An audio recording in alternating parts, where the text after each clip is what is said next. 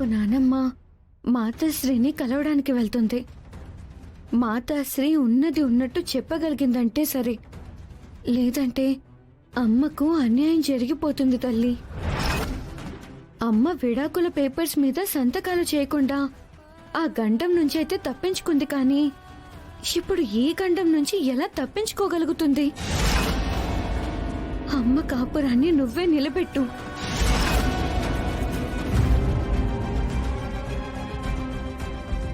ఈ మధ్య ఎక్కువ సందర్భాల్లో అమ్మవారి దగ్గర కనిపిస్తున్నావు, ఏంటి సంగతి?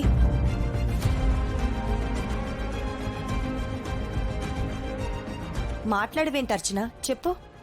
వేదవతి గారు వాళ్ళు ఉదయం కొన్ని విషయాలు మాట్లాడుకోవడం నేను కళ్ళారా చూశాను. అప్పటినుంచి నాకు భయంగా ఉంటుంది. వాళ్ళు అవని గురించి తప్ప ఇంకేం మాట్లాడుకుంటారు? అవని గురించి అయితేనే నువ్వు భయపడతావు, అంతే కదా? అవును. నా బావకు పెళ్లి చేసి నాకు అన్యాయం చేయడం గురించి తెగ ప్రయత్నాలని జరుపుతున్నారు. అది కాకుండా ఇంకే ఉంటుందమ్మా.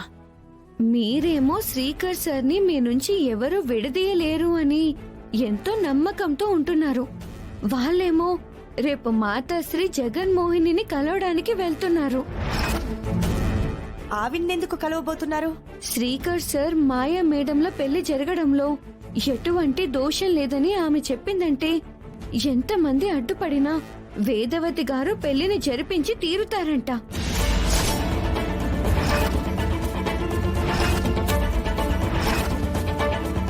పెళ్లి చేయకూడదని చెప్పిందంటే ఆపేస్తుందంట. చివరికి అటువంటి నిర్ణయానికి వచ్చారు. కళ్ళ ముందు కనిపించే నిజాల కంటే వాస్తుని, జాతకాల్ని అత్త ఎక్కువగా నమ్ముతుంది. సిద్ధాంతులను, మాతాశ్రీలను ఎక్కువగా విశ్వసిస్తూ ఉంటుంది. కష్టాలు ఎదురైనప్పుడు తాళపత్ర గ్రంథాల మీద ఆధారపడిపోతుంది. రేపు ఆ మాతాశ్రీ వాళ్ల పెళ్లి జరగడంలో ఎటువంటి చెడు లేదు అని చెప్పింది అంటే ఏంటి నీ పరిస్థితి అప్పుడు?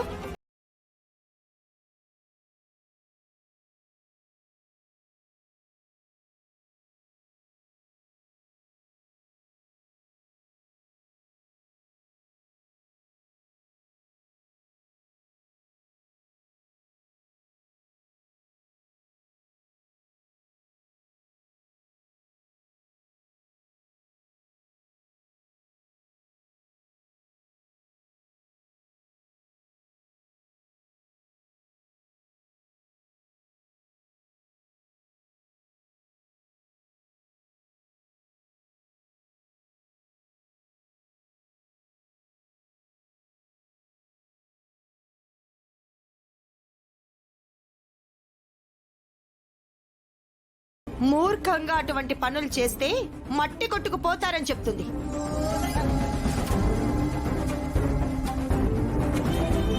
ఇంతవరకు చెల్లించుకున్న మూల్యం చాలదా, ఇంకా చెల్లించుకుందామని అనుకుంటున్నారా అని చెప్తుంది. అంతకు మించి ఇంకేం చెప్తుంది? వెళ్ళండి వెళ్ళండి. తప్పు మా వైపు ఉన్నట్టుగా మాట్లాడతారేంటి? అక్షయ్ని వదిలేస్తానని మాటిస్తే కోడలుగా అంగీకరిస్తామని అన్నాము, అందుకు ఒప్పుకుందా నీ చెల్లెలు? ఒక మెట్టు దిగితే అవనికి తిరిగి ఇదివరకటి స్థానం వస్తుందని చెప్పాం. మా మాట వింటుందా? మీ కండిషన్ కి ఒప్పుకుంటే తల్లిగా నాకే కాదు, తండ్రిగా అది నీకు కూడా అవమానమే. అది నీకర్థమై చావడం లేదు. కృష్ణ కొన్ని సంవత్సరాల తర్వాత మీ దగ్గరికి చేరుకున్నాడు. అప్పుడు మేము నిన్ను నిందించాలనుకుంటే నిందించలేమా? కృష్ణ నీకు తప్పుడు సంతానమని నోటికొచ్చినట్టు మాట్లాడలేమా? నోరుమయ్య ఇంకా.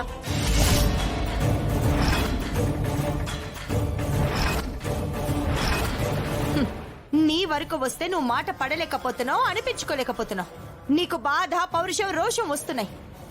నా చెల్లెలికి మాత్రం రాకూడదు, అంతేనా? ఒసేయ్, నువ్వు ఎన్ని రకాలుగా మాట్లాడినా నాది ఒక్కటే మాట. మాతాశ్రీ ఏం చెప్తే అదే నేను వింటాను, అదే ఆచరిస్తాను. మీకనుకూలంగా దైవం తీర్పిస్తే మీ జోలికి నేను రాను, పెళ్లి నాపేస్తాను. మాకనుకూలంగా తీర్పొస్తే నువ్వు మీ చెల్లి మా జోలికి రాకండి, పెళ్లి నాపడానికి అడ్డుపడకండి. నా నమ్మకాలు నాకున్నాయి. వాళ్ళని వెళ్ళని అక్క. అమ్మవారు ఏం తెలియజేయాలో అదే తెలియజేస్తుంది. నువ్వు శ్రీకర్ మొండిగా ఉండటం వల్లనే సమస్య ఎంతవరకు వచ్చింది. పద వెళ్దాం.